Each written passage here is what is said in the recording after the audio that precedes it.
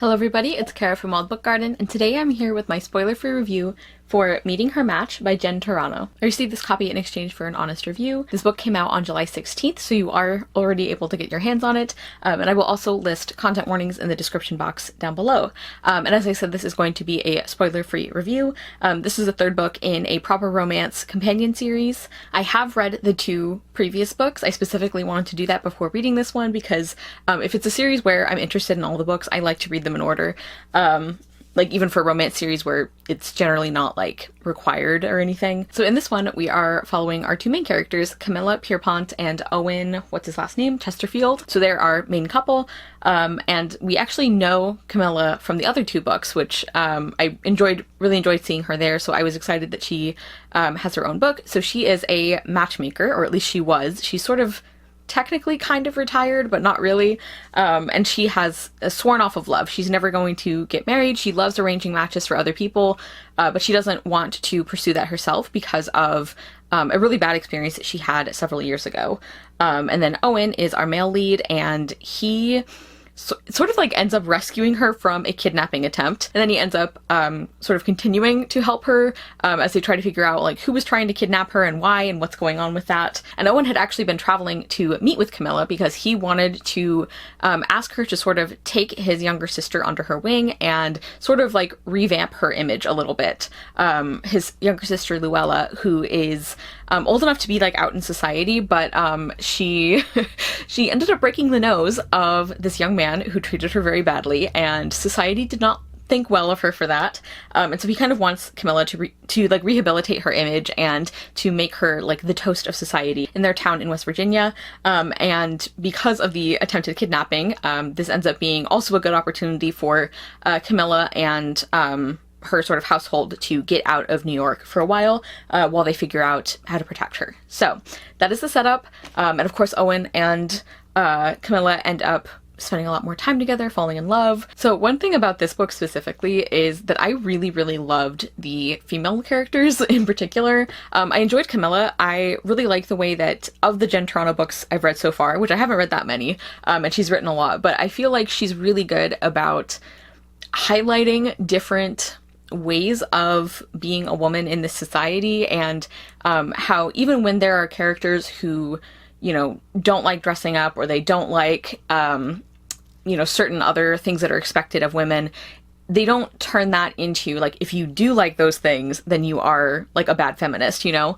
So I appreciate that, and I really enjoyed Luella, actually. I feel like she's a much more nuanced take on that character type, you know, like the spunky, plucky young girl who is, you know, just refuses to fit in and everything. I feel like she actually had more depth here than we sometimes get, so I enjoyed that. I really enjoyed just the female friendships in these books and in this one as well. Letty and Bernadette are two of the like servants or maids that work for Camilla, and we sort of know about their origins from a previous book, and I just really, really liked seeing them. I liked seeing them interact with the other characters. I feel like Owen as a protagonist was much less developed than Camilla was. Like, he was fine. I didn't dislike him, but I just don't feel like we got a ton of characterization for him, which is especially odd because most of the book takes place like in his family home, and so we see like a lot of his family and like friends and everything, and like we should get a picture of who he is. But I just feel like in comparison to like the others, like supporting characters, I feel like he as a protagonist felt more underdeveloped to me. And then as far as the romance, because I was underwhelmed by Owen as a character, I didn't really have a lot of interest in the main relationship between Camilla and Owen.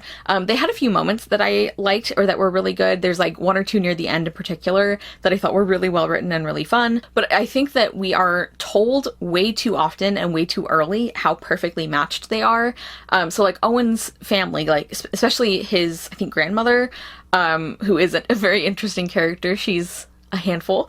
But like she and some of the other women in his family are immediately like, you guys are perfect for each other. Like, you are meant to be, you're a perfect match, you're perfect for each other. Like, the number of times they say that I think is a little much, because at this point we don't really know that much about either of them, or at least about like how they interact together. And like I said, I just don't think that Owen was as well developed as Camilla was. So for me, it was kind of distracting that the other characters were like trying to force us to feel like they were perfect for each other, because I just didn't feel like that was true. But I will say that I really, really enjoyed the supporting romances. There's two of them in particular that I really liked. I think there's like at least 3 supporting romances. And you guys know I love a good romantic side plot, so I really, really liked those here. I actually thought those were really fun, and I think just even better written than the main one was. I also thought the setting of this book was really interesting and really fun. I do wish we could have seen a little bit more of why specifically Camilla felt so happy here, like because it's very different from the world she grew up in, and I think that could work, but I just would have liked to see even more like exploration of why she feels so at home here. But I did really enjoy the setting. As I said, I really liked like the supporting characters and sort of who we spend time with in that setting. I liked the interpersonal plot stuff, especially as regards my favorite supporting characters. There is sort of like the mystery element that we know about throughout, but I feel like it was better done in other books in the series, like especially the first one. I feel like it was really well worked into the romance, and I didn't feel like that with this one as much. And then, as I said, this is the 3rd book I've read of Jen Turano so far, so I feel like I've had a pretty good sampling of her writing style, and there are things I really like about it, and also things that are not as much to my taste. Like, I've noticed there are certain like phrasings that she will use quite a bit, like very specific word choices that like once I notice them, it's hard not to. And there are also some places where I just feel like the dialogue between characters almost like went on too long. Like there was so much talking that it sort of like made the banter, I feel like, less effective and less enjoyable, because it just like the conversations went on for so long, you know?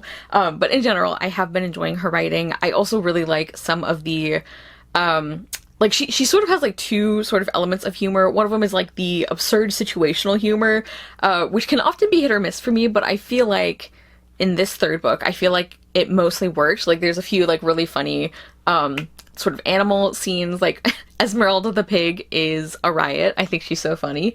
So that part worked for me better than I maybe expected. And then the other sort of like flavor of her humor is more like about the banter between like the main characters. And even though I didn't like that one here quite as much as I have in other books that I've read, I do still think there were some really great, really funny lines. And then, like I said, one of the things that I've been really consistently loving about her writing is the sort of like general, I guess, characterization, like the way that she brings these characters into the story, the focus on like friendships and family relationships in addition to the romance. So I think all of that was really well done as well. So even though this wasn't my favorite of the 3 books, there were things I really enjoyed about it. And actually, one thing I wanted to mention too is I think this would be technically considered Christian romance, but I feel like it is very subtle with that, like much more so than some others that I've read, which I personally appreciate that this series, it seems like Jen Turano as an author in general, like I just feel like it's incorporated into her books in a way that is very subtle, very natural, very respectful. So that's another one of the things that I have just really enjoyed and been really impressed with the books that I've read from her so far.